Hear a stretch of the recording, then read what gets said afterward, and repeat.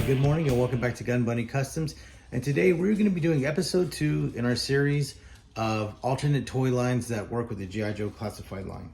Now last week we did our first episode where we went over the Lightyear line, which happened to have quite a few vehicles that ended up working with the G.I. Joe classified figures, and which is why it was the first one we did, because it had the most amount of interchangeability. Now the second line that we're going to be going over with today is the WWE Wrekkin line. Now this is the WWE's line of vehicles for their wrestling figures, and they happen to have quite a few vehicles, which was shocked that a wrestling line would have more vehicles than a military line like G.I. Joe. So for the last few years, people have been using these, and I've used these in various capacities, like you see here with the WWE Wrekkin rig and I think it's the Slam and Stack forklift. But we're gonna kind of go over all of them, and we're gonna give my opinions with because I have worked with some of the other ones, and they have either not worked out or have worked out to certain degrees. And so we're just going to kind of go over those the same way that we did with the Lightyear vehicles. And we're going to ask the same questions of how well do the figures fit, proportion and detail, how easy are they to customize, what could be made with those particular vehicles, and the price availability. And so let's get into it. Now, the very first vehicle that I did was the Slambulance. Now, when I originally saw the Slambulance, I thought it would make like a very cool, like a SWAT style kind of box truck, some kind of truck that would transport Cobra troops in a sort of semi like a urban environment, or some kind of security for like ARBCO. I wanted it to be like an ARBCO security truck, and so I got one, and I was pleasantly surprised at the size of the vehicle and the way that the figures are able to fit, which are going to be real similar to in here, which we're going to show in a little while. But what was very kind of hard to get around, and what is the actual most difficult part of dealing with this line is that they break apart. So you have all of these pieces that come off that are that end up having jagged edges to them, or they hinge in some way where they really wouldn't if it wasn't a vehicle that is intentionally designed to be damaged like these are for the wrestling figures. Now, if it didn't have that, to me, it would be a much better product to work with. And unfortunately, that's my big, that is the biggest issue, but it's not the only issue that I have with this line. Is all of the play features, everything has different, levers to it, to throw the figure, or they break apart, or they crack, or something like that. And so to me, that was the most difficult part of one of the most difficult parts in dealing with these. The other difficult part in dealing with the Slambulance was that it was not easily, you can't really take it apart. There were some screws, but the way that Mattel puts these vehicles together, and it's the same way that they did their Lightyear line, their seams are like super glued or plastic welded together, so there's really no popping them, because that joint a lot of times ends up being stronger than the plastic around it that you're prying on, so you're going to start tearing up the plastic. And it was very difficult to take apart. Like, I could not separate the back portion, the box back portion of I couldn't take it apart in order to work on the interior portion of it. Now, it does come off of the bottom part, the chassis, but the box itself does not break down into different pieces. And if I'm not mistaken, it stays attached to the cab as well. So it's one big piece. You can take the doors off, but then you take the chassis off of it. But then other than that, the white part is just one giant piece. So I did the best I could. This was the first big vehicle that I had ever attempted to do. So I tried to patch the seams and fill things out. And it was cool for a little while, but I ended up taking it apart and trying to see if I could rework it. And then I just lost interest in the in the project. But it does, like I said, the figures do fit. It's just, you know, the line in and of itself has that problem of the play features and the Wrekkin stuff. Now the next one that I got was this Wrekkin rig, and to me this is the best one out of the whole line of all the different vehicles, whether it's cars, trucks, motorcycles, ATVs, or even forklifts. To me, this one was the best one to work with. It was very easy to take apart, and you don't really have to take apart much. All I really needed to take off was that crane boom in the back, and there's just a couple levels of screws that you have to go through to remove the plates that kind of create the ability for it to spin. Excuse me. And so other than that, it was fairly easy. There is a play feature up here on top of it, right here, where this flips off so you could throw a figure. But other than that, you know what I mean, it stayed pretty solid and pretty, I guess, truck, you know, semi-truck looking. Now it does obviously scale down really low as opposed to like a full-size 18-wheeler, but to me it was reminiscent of like the 5-ton trucks that we used in the Marines, and so that's what I wanted to kind of make out of it. So I made it a Cobra 3-ton truck because it was a little bit bigger than a Deuce and a half, but definitely way smaller than a 5-ton. So that's what I created. And so I ended up, you know, we're gonna move this. I brought a Lieutenant Claymore that I made a while back for scale. But essentially, once you remove that boom, you're left with just this, like this right here. And so I created this bed. I never finished it and made the gate, but that was the bed that I created, and it was totally based off of the memories that I have of the way that the trucks were when I was in the Marines, and the way that the seats and stuff like that were very, very minimal to say the least. I did cut the top of the exhaust stacks off, and I had plans to put little caps on there that they used to have on the exhaust stacks of the trucks that we used, because it would kind of push the smoke down so the smoke wouldn't kind of go straight up, so you know, the enemy or whatever, you know, wouldn't be able to see your smoke. And then I added this 50 cal that came off of an old Coleco Rambo toy set, which is another toy line that I'm going to be highlighting, because they do have 50 cals and other different weapons that are that work very well and scale very well with the G.I. Joe Classified. So you can see the inside. You can see how the interior of it is kind of funky because of the way that those wrestling figures are made. They're big, they're bulky, and usually when they give you a figure with the vehicle, it's a figure that has low articulation. It doesn't articulate like the good wrestling ones do. So if you, let's remove his laser rifle, and then it's a little cold here, so he's a little stiff. Hopefully I don't break him, but he's able to sit in there like that. They just sit a little bit low. They look right over the dashboard. So if you kind of sit them up straight like that, they look good. You know, they look good enough for photography. They look good enough for display, which is good enough for me. Now, same thing with the other ones. They have detail, but it's real kind of minimal and kind of almost. I mean, it's obviously kidsy. It's a kids toy line. So a lot of the corners and stuff like that are very rounded because they're meant for slamming and playing and stuff like that. So the lines aren't always very sharp and the corners aren't very sharp, which is a stark contrast to something like, say, like the Vamp, or, you know, the seam lines and stuff like that are very, very straight and very, very clean. Now, they also did other big vehicles. They did a monster truck, which I never got. And the reason that I never got it was just the proportions of it, the scale of it, and the fact that it looks so childish. You know what I mean? And that's what it's for. I mean, this is obviously for a young kids wrestling line, so they aren't going to put a ton of, you know, realistic detail in there. It's going to be very minimalistic, and like I said, not any real strong lines or sharp or edges or anything like that.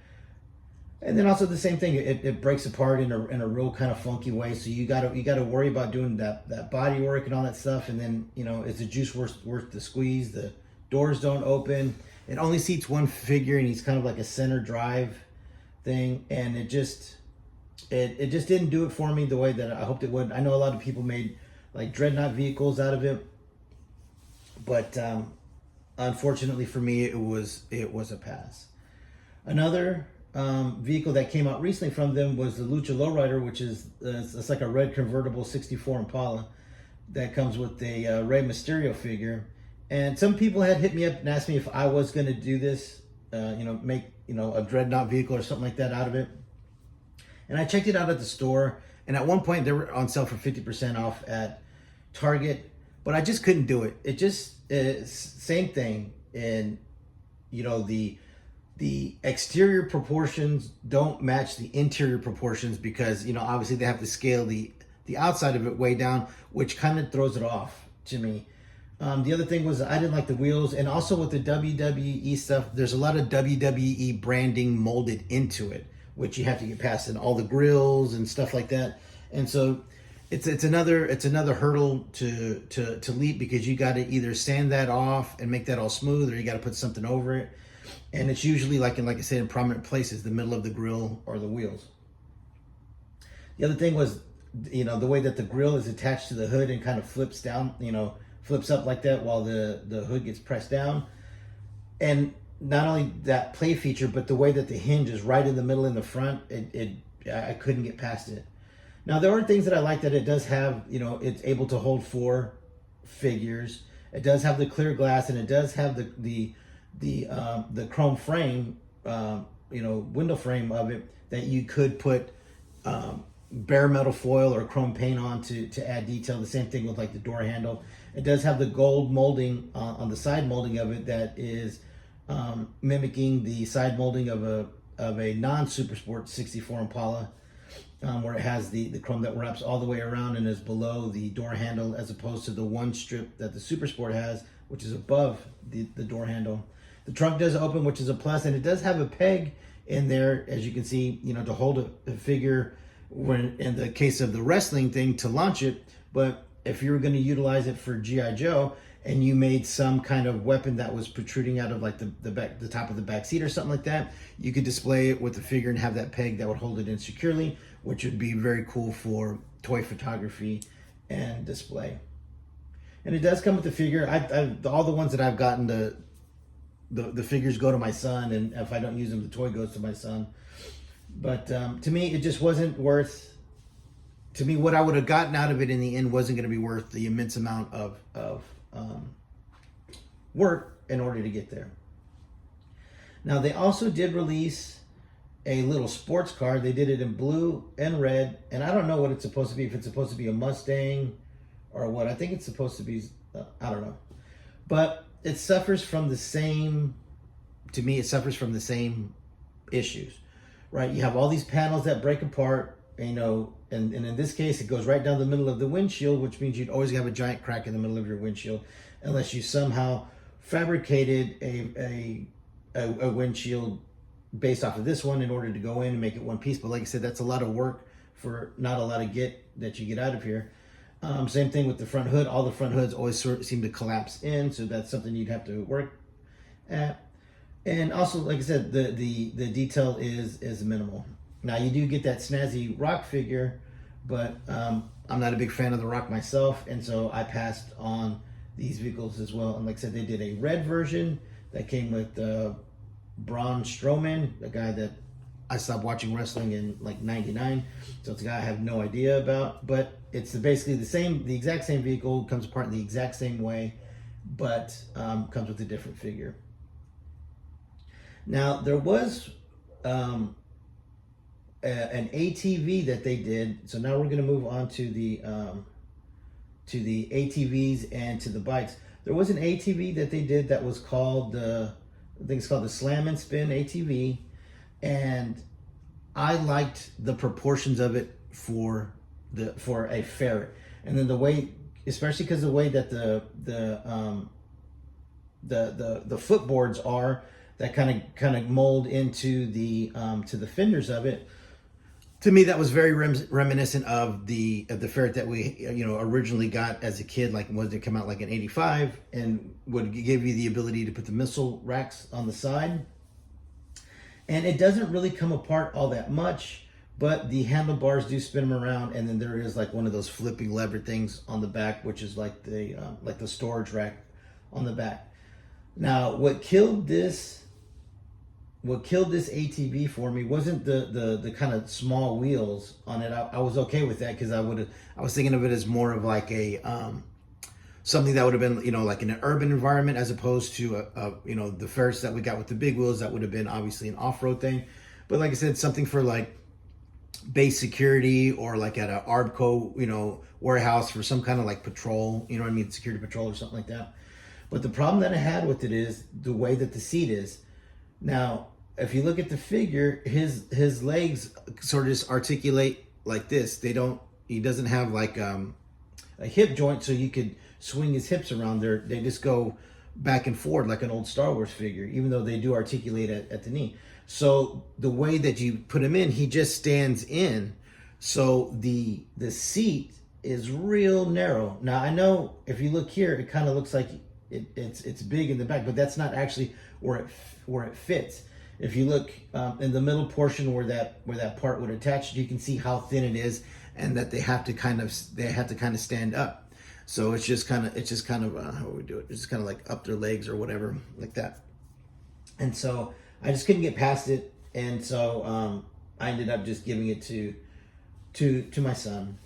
And they have released 2 other bikes, and I got both of them. And if I'm not mistaken, they're very similar. They might be almost the same bike. No, they're not. They have a little bit of difference in the bags in the back. So the first one I got was the red one with the red Slam Cycle, which came with Drew McIntyre, who I have no idea who it is, but I got him at what's it called, Big Lots, and it was like, I don't know, like $4.99 or something like that at Big Lots. So I thought I would take a chance with it, and I just couldn't get past how kidsy it is. And once again, it's got the WWE branding stuff on it, like on the air filter on the side, the air filter cover on the side. It breaks down into a bunch of funky parts.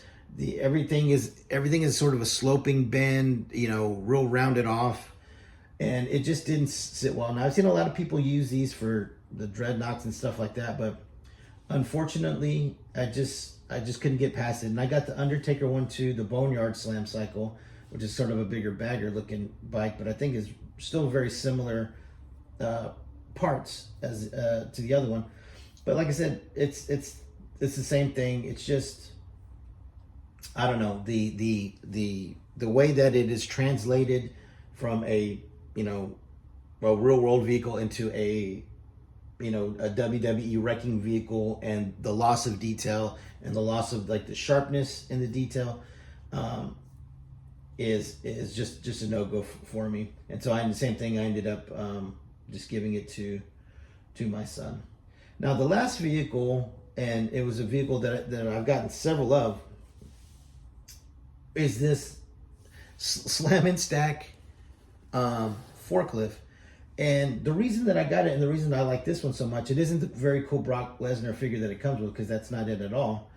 But it's because if you just remove the side panels and you shave off the little pegs where they go, you end up with this vehicle.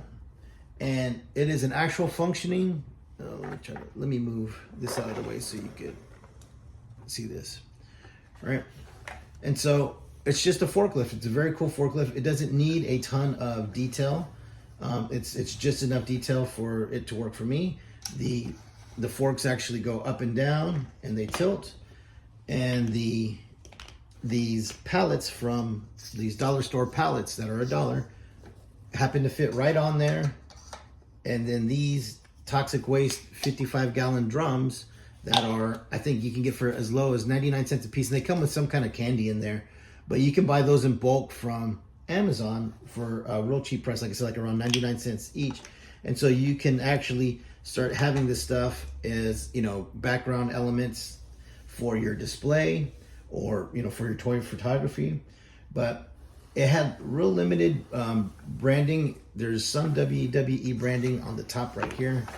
Let me show you. See how it always has like a WWE thing molded in there? And if I'm not mistaken, this thing pops off. But it was such a small, simple vehicle that I couldn't have a ton of play features or overly done or underly done features, but or underdone, or not underly done. But we're gonna make up words today because it's a good day. And then it's got some branding there, but to me this was going to be hidden anyways because there was always going to be something on the pallet in front of it. So I ended up, I think, getting 3 of these in order to make a couple of these for Cobra. And then I wanted to make a vehicle where this top portion that comes off is off, and I removed the forks, and it was going to be a vehicle that would be like on the deck of like the aircraft carrier to pull a plane or a helicopter when it's on the skates into place. And so so I have one kind of set to the side for that. But I ended up liking these two the most because I think these are the two that you could get the most use out of in a G.I. Joe type capacity. Now this is what it looks like when it's boxed. So they were on the shelf, you know what I mean? A lot of these are all sold in store, and they were all available on Amazon. And just to give you a sort of comparison to the size of these in the box, here's a vamp. So I'll put that there and that there. So you can see it's very similar size-wise to the vamp in the vamp box, even though this one didn't even come with the figure. But I just wanted to give you a show of the different size of packaging and the fact that these are actually sold in stores. Okay, so that's all of the vehicles. And so I just kind of want to give a breakdown now that we're at the end of, the questions. Do the figures fit? Yes, the figures do fit, and they do fit well because the WWE figures are always, slightly bigger in build. Are they easy to work with? To me, only these two are. All the other ones you got to put in so much work as far as dealing with the pieces that collapse and break and all that kind of stuff, that to me those vehicles are not worth the effort of customizing them and fixing all of that stuff for me. The proportion and detail is one of the major issues that I have. And then you always have things like here in the exhaust stack of it where they have like flames, like tribal flames and stuff like that molded in. And so I always wanted to come up with some kind of cover that went over there and the top that went onto that. Now, I do have, I think, one more of these outside of this one. But this one I want to send to, one of them I want to send to my buddy Sharlock. So Sharlock, if you are watching this, hit me up on Instagram so I can get your address so I can send you one. And then the other one I want to make the same as this, so I'm going to make that one and kind of redo this one to make them look up to date and fix some of the detailed parts that like the flames. And what can be made with these, really, to me, all you can make is some kind of troop carrier like this, or some kind of weapons carrier where you had some kind of missile rack or large machine gun in the back. And then obviously the forklift, you would just use the forklift in some kind of military capacity to move ordnance or supplies. So overall, what do I think? I think for the amount of vehicles that they have available, and the only, for me, just a couple that are actually worth it, that the line in and of itself really isn't. I won't buy any of the other vehicles anymore other than these two. All right, well, that's going to be it for today's episode. Please stay tuned for episode 3 next week, where we will be going over, let me see, where's my little list? I think we're going to be doing new Ray vehicles next week. Like I said, we got quite a few to do. I believe there's 13 different lines that I've used. And so these episode 1 and episode 2 are going to be the longest ones because they were the lines that have the most amount of vehicles. Once we get into new Ray, it's just a few ATVs and bikes and snowmobiles. So it won't be anything like this. So thank you for watching. Don't forget to like and subscribe and follow Gun Bunny Customs on Instagram. And we'll see you next time.